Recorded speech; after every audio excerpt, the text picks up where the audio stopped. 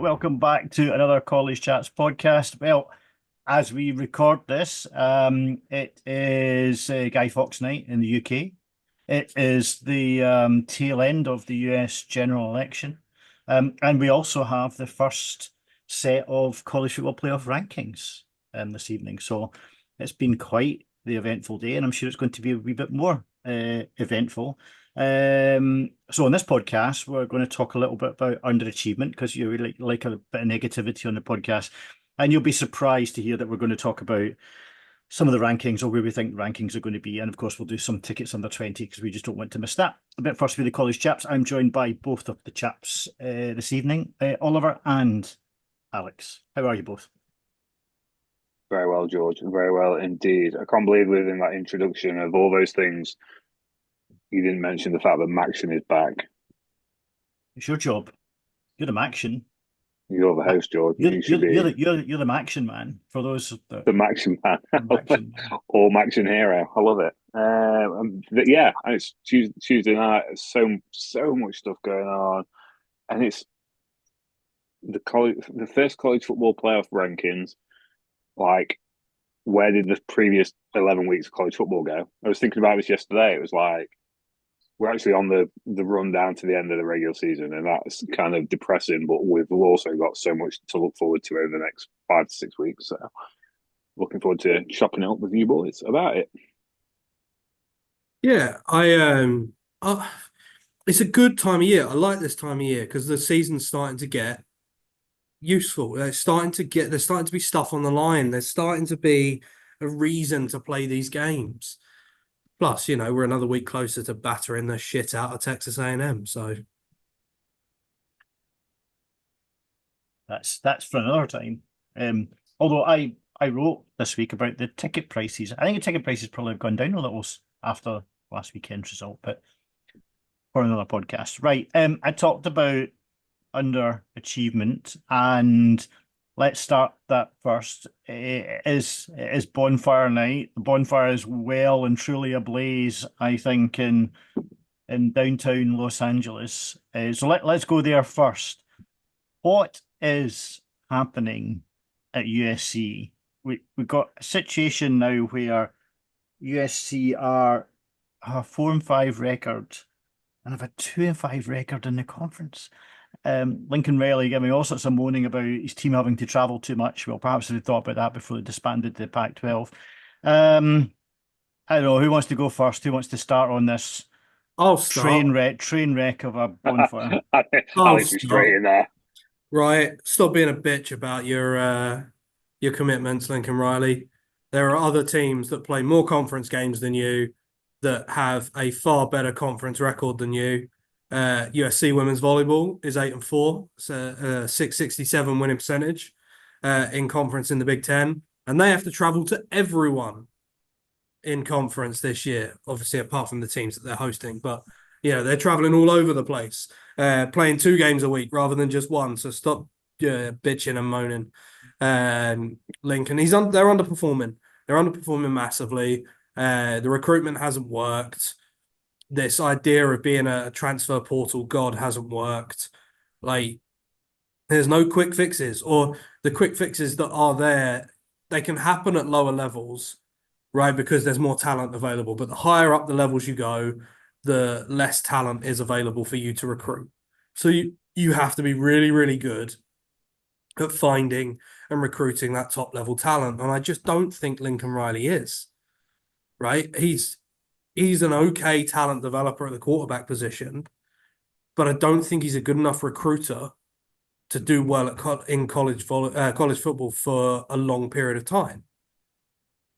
He had a very, very good, successful period at Oklahoma for a very short period, but look where they are now that he's left. He didn't recruit very well when he was there. If he'd have recruited well, then those teams would have been a lot more competitive the last couple of years. So what I think is, like, for someone like Lincoln Reilly, is his future in the NFL rather than in college football, right? The skill set of a college coach is so much more well-rounded, has to be so much more well-rounded than an NFL coach. And you've seen guys go from college who are great offensive minds in college, go and have some success as coordinators in the NFL. because they don't have to recruit, they don't have to evaluate young men, young talent in quite the same way. And I just think, I wonder if the college stage is lacking too many of the skills required. That's quite the indictment when you're accused of not being able to recruit in the state of California, which, as we have talked about many times, is one of the top 3 recruiting areas, I would have thought. Ollie, you picked up on something on Twitter or X this week about Miller Moss's mother not being terribly happy. It turns out that Miller Moss is out during a bye week. This feels like a last throw of the dice, to be honest, to save the season, is it? Yeah, I think so. I always thought that Jaden Mayava landing at USC was an interesting one for both himself and for the program, because he came out of UNLV last year riding high, incredible season for the Rebels in that sort of transformation year for them, and he really could have walked into a Power Four starting job. I honestly believe that, and he kind of fits the role of what we've seen from Lincoln Reilly's quarterback at USC of Caleb Williams. And I'm not saying Jaden Mayava is a Caleb Williams type level of talent. I think he's an incredible quarterback, but he can do some of the things that made Caleb Williams successful in Lincoln Reilly's USC and Oklahoma offenses. He can mitigate some of the issues that they have on the offensive line. And Miller Moss just isn't that same quarterback. He's not mobile. He's not a dual threat in any shape, form, or fashion. So when you look at the Oklahoma offense this year, the USC offense this year, there's a lot that's wrong with it. And what do you try and change as a head coach? First and foremost, when your offense isn't working, whether rightly or wrongly, it's the quarterback position. Miller Moss has been a USC guy. He's waited patiently for his chance. He's waited patiently for his opportunity. And, I think a lot of people, I don't just think Miller Moss's mum, I think a lot of people feel like he's being scapegoated, but they do have to change something. And he kind of fits more what Lincoln Reilly wants to do. I think the issue is, does this Lincoln Reilly offense that worked so well in the Big 12 when you can sling it all over the park, and the Pac-12 when you can sling it over all over the place, all over the park, that doesn't work in the Big 12, in the Big 10. And they brought in Jaquavius Marks with the idea that they might have some sort of ground game, but I think really they don't have that offensive identity to win in the Big 10, which you see the big difference between USC and Oregon right now. There's a lot of differences, but one of the big differences, Oregon will absolutely pound the living daylights out of you on the ground with Jordan James and allow Dylan Gabriel to do what Dylan Gabriel does best. Like USC can't do that right now, and they're getting found out at home, on the road, and I think that's the biggest problem now. Can bringing in Jaden Mayava and kind of utilizing his dual threat ability make a difference for this offense? Maybe it can. But you look at what Lincoln Reilly has done in the last 2 years, how his offense is ranked in the been able to perform in the Pac-12 and therefore ranked nationally, top 3 scoring offense for the last 2 years in the Pac-12. They're now, 48th, 49th in scoring offense this year. Like that's not going to cut the mustard, and it isn't cutting the mustard. And while they've improved the defense like immeasurably, a unit that has taken the fall over the past 2 seasons for any USC downfall, they've improved that immeasurably, and now it's the offense that's being found wanting. But you look at Lincoln Reilly's record, and it isn't great, and it's up there with some of the coaches that are being talked about on the hot seat. And I think that's the biggest thing for USC right now is, like, can they turn this around? Is Lincoln Reilly the guy to actually turn that around? And why isn't he? I mean, financially, we know why he's not under pressure, because they can't afford to get rid of him. But there should be that same level of conversation, I think, about Lincoln Reilly right now. I do wonder, because I think it's Los Angeles. I'm sure the money will be found, but it goes back to AC's point about recruitment. I think there are some comparisons, some parallels here. you look at what's happening in the SEC with Texas and Oklahoma, for example, we talked, I think, on the last pod or the pod before about how Texas had recruited to get themselves not only, Sarkisian says this a lot, not only to get themselves into a point where they could win the SEC, but they could win a national championship. I think arguably you can say Oregon's done exactly the same. They've seen the Big Ten coming down the road and said, right, okay, but how can we compete well? I think actually USC probably compare quite well to Oklahoma in terms of their struggles. But when you look at the schedule, it really started to go south after the Minnesota game, right? I mean, there were 3-1 up until that point, and then all of a sudden the wheels just absolutely came off the wagon at that point. Yeah, I think the base level of some of these teams in the Big Ten has shocked new teams coming in for sure. Like you're not gonna get easy wins in the Big Ten. It's a tough conference to play in, and those schools are proud and they're loud, and it's really, really tough to go in and play in those games. And like I think Ollie's point about the offense not being Big Ten ready is massive. The roster not being Big Ten ready is massive. And at a school like USC, you can't make that mistake.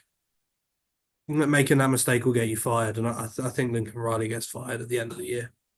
That's exactly what I was going to ask you, Alex, because you know this program relatively well, right? I mean, they will find the money. I mean, it's a massive payout. I can't remember what is it, $88 million or something like that. I can't remember. They will get rid of him if this continues. Can you imagine a college? We'll talk about this in a second. A college football playoff in the first year without USC. It's almost unthinkable. It's mental.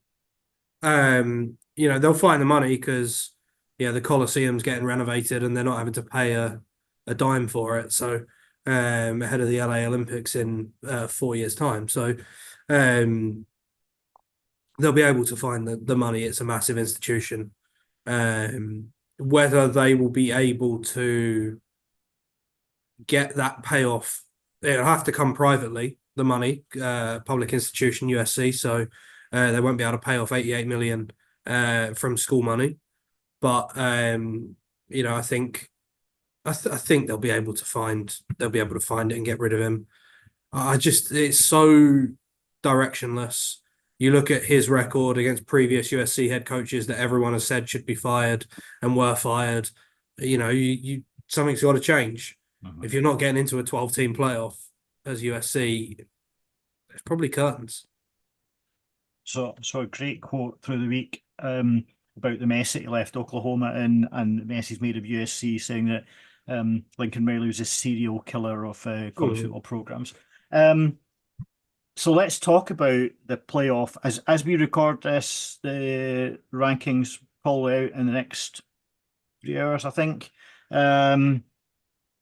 These do have quite a lot of interest at this point, obviously, right? I mean, I guess that's a kind of understatement. For the first time, I think we'll see what the College Football Playoff Committee thinks about certain teams and perhaps strength of schedules and perhaps the way that they're playing. I guess the first question to the both of you is, there will be a focus clearly on the 12, but it isn't as simple as that, because we get into the seeded versus rankings debate, right? I mean, we're going to have conference champions, etc., etc. I do feel it's going to get very confusing very quickly. But from your perspective, maybe just ask the two of you, who absolutely deserves to be in the 12 when it comes about? Pure silence. Who's like, you go first. No, you go first. You go first, AC. So I'm going to pick 9-0 Indiana. Need to be in the 12 for me. If you're anyone that's undefeated at this point in time in the season in a conference like the Big Ten needs to go in the top 12. Right? If Indiana is not in that top 12 coming into this first ranking, what is the point for these slightly lower named programs? Right? What's the point in them putting any effort into playing football? What's the point in us having more than 12 college football teams? at this point, right? So they have to be in that 12 for me. And I think that's a big test because I can see them not being in the 12. I can see a ranking coming out where they're not in it because of how the College Football Playoff Committee works, because of the conference they're in, because of some of the talent that is elsewhere in that conference right now. But for me, they need to be in there and they need to be relatively high up on those rankings as well, because they're undefeated. And yes, you can say that teams like Georgia, teams like Ohio State, teams like Texas have losses against good teams. But by the same token, Indiana doesn't have a loss. So, they have to be in that 12 for me. And that's so they have to be relatively high in that 12 for me. I think AP have got them at 8 and coaches have got them at 10 at this moment in time. So, but that's not to say that the playoff committee will the AP has got 7 and 1 Penn State above them at 6, and I think that's fucking stupid. So, that's what I think of those rankings. Well, the argument Indiana is that they haven't played a team that's recognised in the strength of schedule stuff. But I still think that your point about them being undefeated in the Big Ten, and not only that, but they've beaten everybody by 2 scores or more in the games they've played, right? So I mean, it's not like they squeaked by, like Miami, for example. They won convincingly in all of their games. Yeah, no, I agree, and they're going to play those teams. You got Michigan and Ohio State next on the schedule. Like, there's 2 teams with some name value. I know Michigan, not ranked right now, but still a big name program, and still the kind of program that gives you some pop if you're Indiana and you go there and you get the win. So they'll have the opportunity, but I still want to see them in. And it should work out like that, right? It should be ranked, and then if they win their games, they'll continue to be ranked higher, and if they lose their games, they'll continue to drop from there. We'll come back to you in a second for your second one, Ollie. Who have you got as must be? Hello, can you hear me? You're just building suspense. Yes, we can hear you. Sorry, I think my internet was playing up a little bit today. I completely agree with everything Alex said about Indiana. By the way, look, they've looked incredible every game they've played. They bring in a backup quarterback and don't miss a beat. Curtis Rourke has played incredible, and he goes down with injury. Everyone's like, "Oh my God, Indiana's going to lose to Washington with game day there." They bring in a backup quarterback and they do the business. And I think you have to recognise that if you're the College Football Playoff Committee. I think for me it's BYU. BYU have got, I think, a resume that no one really talks about so far this season. Another undefeated team, a team that has looked very good on both sides of the ball, especially defensively. And they've had some really strong wins on that resume, and they've looked strong doing it. So I think BYU has to be in there. The only remaining unbeaten Big 12 team. And I think this is the interesting thing, coming back to what you were saying, George, about rankings, seedings, and all that sort of stuff. I think the most intriguing thing that you look for in these first rankings is, yes, it's what the College Football Committee think of everything that we've seen so far. It's also how do they rank, and this may be a little bit of a mind game, I'm thinking too much into it, but for example, Georgia, if Georgia's the highest ranked SEC team tonight in these initial playoff rankings, does that mean the College Football Committee thinks that Georgia's going to win the FCC? There's a lot of I think there's a lot of maybe overthinking that might go into it. Because essentially the rankings don't mean anything until we know who's the conference champions for the actual playoff bracket and format. So I think a lot of people are gonna think that these initial college football rankings are a reflection of who the committee thinks might win each individual conference. So I think that's something intriguing to watch for tonight.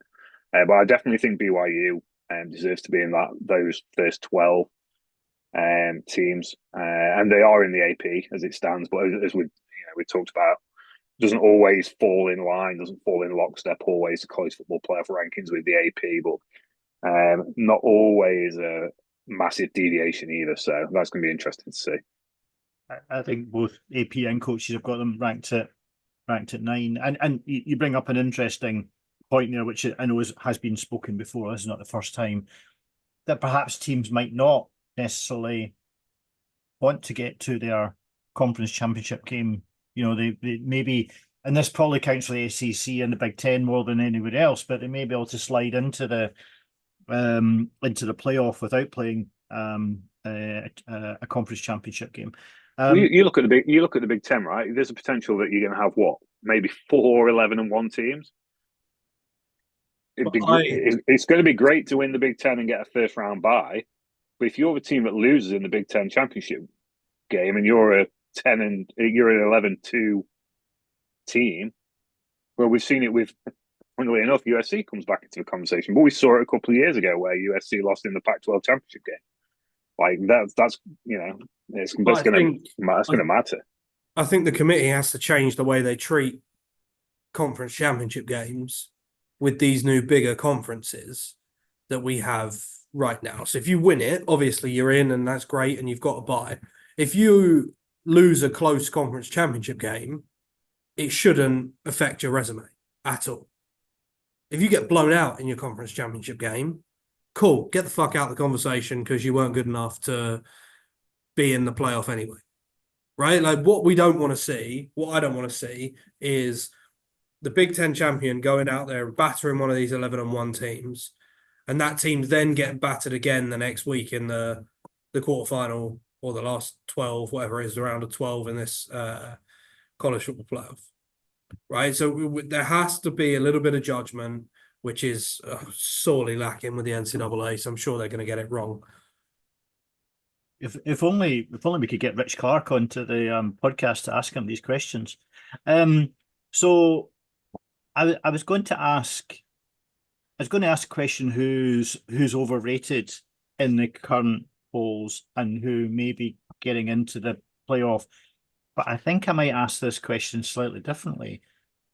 Who's going to be found out when the rankings come through? So, i.e., to Alex's point, if an Indiana team comes in and continues to win, they will rise up the rankings.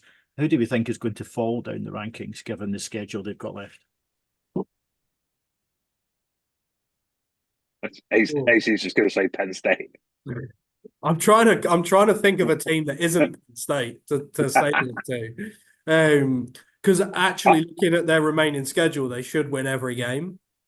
So it's whether the wheels start to come off now. You squeaked past SC. You dispatched with Wisconsin pretty easily. You get beaten by Ohio State. You got Washington, Purdue, Minnesota, Maryland to finish. Like you should be winning. Should be going 4-0 to finish out the season there, and being one of those 11-1 teams that Ollie likes to talk about so much. Sorry, Alex, can I just go back? I just want to ask you a question, right? Because I'm not sure how the scheduling works from the TV perspective. I cannot, for the life of me, think why Penn State game wasn't a night and wasn't a whiteout. I mean, surely you play all of your cards for a game of that magnitude. They've already had a whiteout earlier in the season, and I can't remember who it was that they played, but it wasn't. Was it USC? I can't remember what the game was, but it just seemed like a missed opportunity. I don't know whether that was TV scheduling or not. Someone can correct me if I'm wrong. Potentially TV, potentially people just not expecting Penn State to be as good as they've been this year. Maybe. I think I agree with you how that wasn't an evening whiteout game that Penn State has such a good record in, that is so intimidating. Like that, it just befounds me. Working in university sport, I can tell you that the scheduling and office side of things is not as straightforward as you would think. It is logistically, it's very tough, and those people don't always get things right. I'm sure James Franklin would have loved it to have been a night game whiteout against Ohio State, but who knows why that didn't happen. I have a team that I think is going to fall that isn't Penn State. And I think that team's Tennessee. You got 2 tricky games left, right? You've got Georgia on the road, tough game. And then you've got Vandy on the road, which no one expected me to say is a tough game, but Vandy good. Vandy good. So 2 tough games there for the rest of the year. If you end 10-2 as Tennessee in the SEC, you might not get into that playoff. Especially if Alabama's 10-2. Yeah, that is going to be interesting, to be perfectly honest. I'm not sure what to make of Tennessee yet, to be perfectly honest. Ollie, who do you see as a slider in this game? Yeah, Tennessee's a good shot. I agree with you, George. I don't know what to make of Tennessee just yet. The defense is probably the best it's been in recent years for the Vols. But the offense is hit and miss. And I just, whenever I see them so highly ranked in the poll, I don't get it. I don't get that feel of them being that team that are knocking on the door of, if we were a 14 playoff, Tennessee's a team that are knocking on the door by the current AP poll and presumably what we'll see tonight of the college football playoff committee rankings. Like, if Ohio State loses to Indiana, like, that's all she wrote, right? I think, and I honestly think that you look at those 2 teams right now, you really would fancy Indiana to give Ohio State a very, very good game. They weren't great against Penn State by any stretch of the imagination. Obviously, they lost to Oregon. Another conference loss, and I say I think Indiana can beat Ohio State, and that sends them plummeting out of certainly out of the upper echelons of the top 12, and maybe a little bit further down. But yeah, I think Alex hit the nail on the head with Tennessee, in all honesty. I think the 2 loss becomes really quite interesting, to be honest, right? Because you've talked about the kind of what ifs, and I'm not, and I say this with my hand on my heart. I don't think Alabama's a playoff team, to be perfectly honest, right? And then you've got Ole Miss that are kind of hovering about. I can't remember whether Alabama's 11 in the AP poll, I think, and I can't see where Ole Miss. It's not far 14 or something after that. I'm not convinced, but sorry, I think my point was it leaves you hovering, right? You have to win out. You also have to get help from elsewhere. Just before we move on, right? Because we need to do tickets on the 20 before we get kicked off of this. Notre Dame, they are hovering precariously in the AP and the coaches. They are at number 10 in the AP. That's interesting.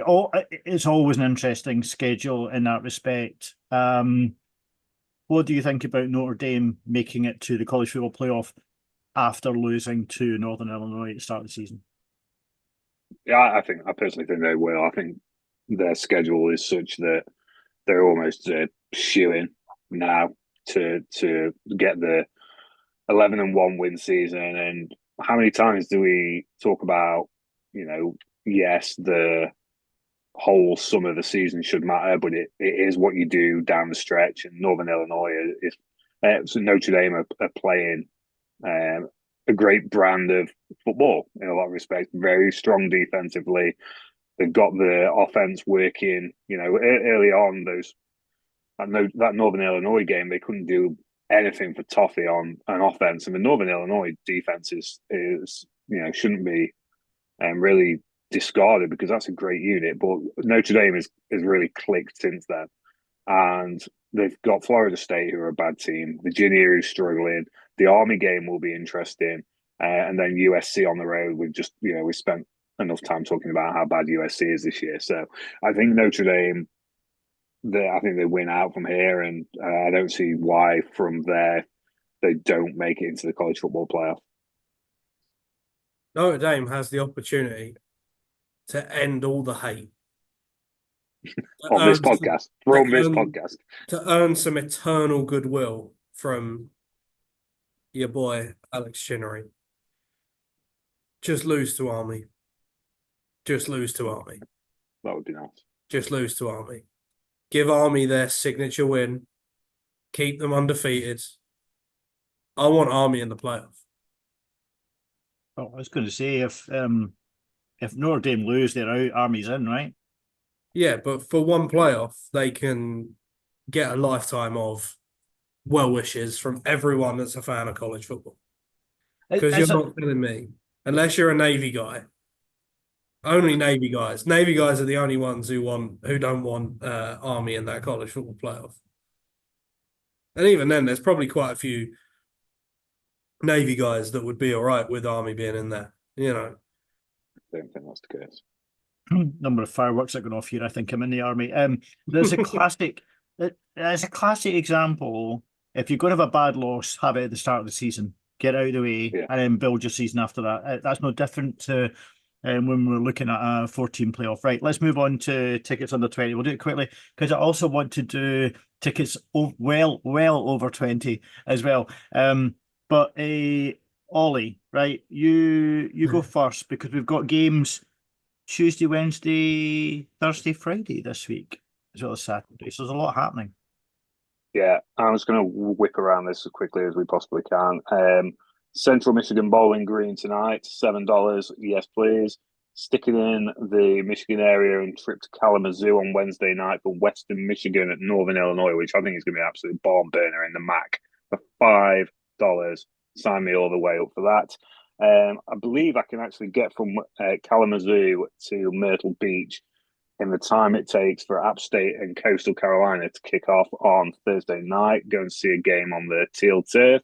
That game actually lacking some of the luster that we thought it might have at the start of the season because both teams have been pretty mediocre this season, so it actually won't mean as much as originally thought. Sticking in that neck of the woods, we'll then go to Cal at Wake Forest on Friday night. A little trip from Myrtle Beach to Winston-Salem. $5 again. I mean, I don't really want to pay $5 to see Wake Forest, but since you guys give me the budget to do so, I will do. And then kind of limited then in our options for Saturday because a lot of those games are on the other side of the country. So give me Liberty, Middle Tennessee. 1 p.m. kickoff, $5 for a game that means absolutely nothing to anyone. But we'll give Liberty a chance to get some confidence back after losing 2 on the bounce because Middle Tennessee is not a good football team. As I was typing this out, I realised that we had an issue because Hawaii are at home. I'm not quite sure how you're going to get to Hawaii. Well, I'm not, George. That's exactly why we've not gone there, mate. Well, but guess who is going there? And you can just take this as my answer for both questions, right? Because if I win the Euro Millions, I'm going to Hawaii as well. Just doing it slightly differently to how I'm doing it for Ticks Under 20. You know, I don't think I want to go to mainland US this weekend. That's all I'm saying. I think this is the one weekend to probably avoid the mainland and get out to the islands and enjoy some island life alongside watching some college football. I don't know anything about the game. Can't give you any kind of insight into it. I just want to go to Hawaii. Well, that's as good a reason as any. And at $19, that seems a bargain. Ollie, if your funds are unlimited, the list of some of these games are really very expensive. Where would you be going if your funds were unlimited? And if you say Hawaii, then there'll be questions asked. Why? I don't think there really is any doubt or option, to be honest. Alabama, LSU, Death Valley. You just come back from there. I'll drop that in for you, George. I don't think there's any other option, personally. Yeah, Alabama, LSU, Death Valley at night. I'd use the max budget. I go to Georgia, Ole Miss. I think.